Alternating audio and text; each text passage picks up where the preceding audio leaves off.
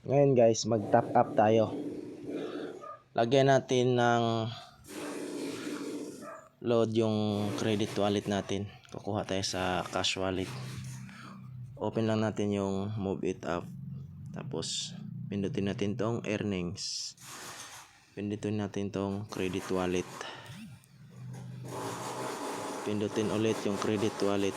Yung sa baba cash wallet. Diyan tayo kukuha ng pera para ilagay natin sa credit wallet natin. Hindi na tayo kukuha sa GCash. Pindutin natin credit wallet. Lagyan natin ng 300. Cellphone niya may diferensya. Lagyan natin ng 300. Tapos check natin. Ayan. Kasi dyan kumukuha si MoveIt sa credit wallet natin. Kailangan laging may laman yan. Next. Pindutin natin next yan. Top up now. O yan, okay na guys. Tingnan natin. Ayun, 579 na yung credit wallet natin. Tapos yung cash wallet, 585 na lang yung natira. Kanina 800 yan. Ganun lang kadali mag-top up mga idol.